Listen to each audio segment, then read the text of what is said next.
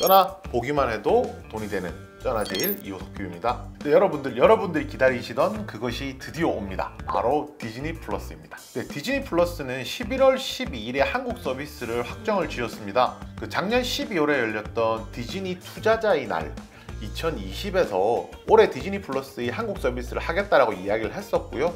올 8월에 있었던 실적 발표에서도 11월 중순에 이제 한국 상륙을 하겠다 그렇게 발표를 했었거든요. 출시 일정과 함께 같이 밝힌 것이 뭐냐면요, 구독 서비스 이용료였는데요, 한 달에 9,900원, 1년으로 끊으면 99,000원이고요 한 아이디당 7명이 사용할 수 있을 정도로 넉넉한 이제 서비스를 제공한다 이렇게 밝혔습니다. 그리고 제공하는 컨텐츠 라인업도 공개를 했는데요, 디즈니, 마블, 픽사, 내셔널 지오그래피, 스타 채널도 공개를 했는데요, 이 스타 채널이라는 것은 다양한 드라마를 포함하고요, 아무래도 국내에서는 국내 로컬 컨텐츠가 인기가 많기 때문에 한국 제작사를 통해 만든 드라마도 서비스를 진행하겠다고 밝혔습니다.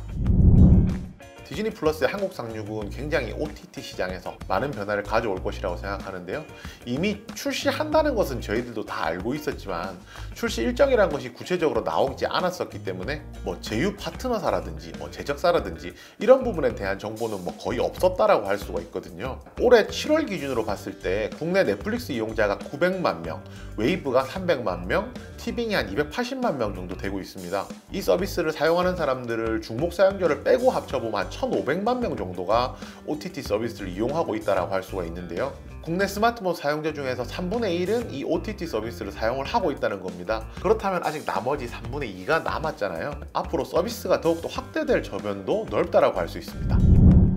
네, 이런 논쟁이 있을 수가 있는데요, 과연 디즈니 플러스의 구독료는 싼가 비싼가 이런 부분에 대한 것도 궁금하실 겁니다. 현재 월 9,900원이잖아요 넷플릭스 같은 경우에는 9,500원에서 14,500원까지 이렇게 다양한 서비스를 제공을 하고 있는 상황이고요. 네, 웨이브 같은 경우에는 7,900원에서 13,900원, 티빙도 마찬가지로 7,900원에서 13,900원의 가격대를 설정해 놓고 있습니다.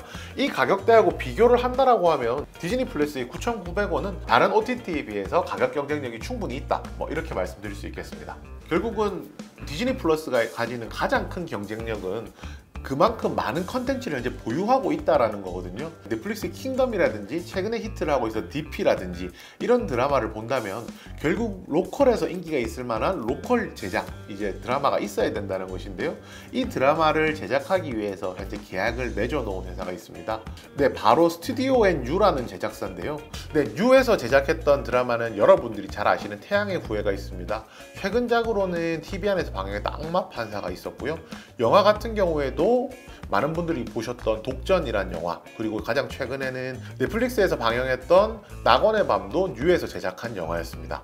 드라마나 영화에 있어서 제작 능력을 충분히 인정을 받았던 곳이고요, 그랬기 때문에 이제 디즈니 플러스와 계약했다 이렇게 말씀드릴 수 있을 것 같습니다. 뉴는 이제 디즈니 제작사에 포함될 수도 있다라는 이야기가 나오면서 주가가 상승을 하다가 막상 계약을 하고 나니까 주가가 폭락하는 모습을 보여주었었거든요. 이런 것을 저희 증시 격언에서는 루머에 사서 뉴스에 팔아라라는 이야기를 많이 하는데요, 기대감으로 주가가 올랐다가 뉴스 확인이 되고 나면 주가가 빠질 수가 있는 겁니다. 그렇지만 그 빠진 이유는 바로 이건데요, 계약을 했다고 하더라도 지금 당장 제작을 하고 수익이 나는 게 아니잖아요. 그렇기 때문에 디즈니 플러스가 한국에 출시도 하지 않은 상황에서 그 기간을 기다리는 게 굉장히 힘들었다라고 좀 이야기를 하면 될 것 같고요. 지금은 디즈니 플러스가 한국에 출시하는 것이 확정된 상황이고 그 시점에서 괜찮은 드라마를 만들어서 흥행까지 한다라고 하면 그 부분에 있어서는 뉴가 주가가 상승할 수 있는 큰 모멘텀이 될 것입니다. 그리고 또 다른 회사가 한 가지 떠오르기 시작했는데요, 바로 이노션입니다.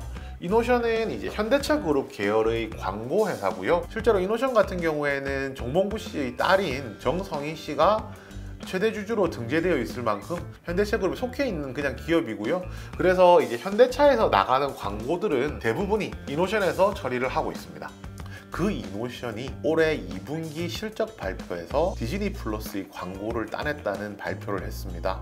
앞으로 지금 디즈니 플러스 자체에 대한 광고뿐만 아니라 디즈니 플러스에서 제작되는 로컬 드라마 등의 이제 컨텐츠에 대한 광고 또한 이제 이노션에서 제작할 확률이 굉장히 높다라고 생각을 하고요. 이노션이 그동안 약점으로 꼽혔던 것이 주로 계열 회사들이 광고만 하고 있기 때문에 그 비계열 회사들이 광고 비중이 굉장히 적다는 것이었습니다.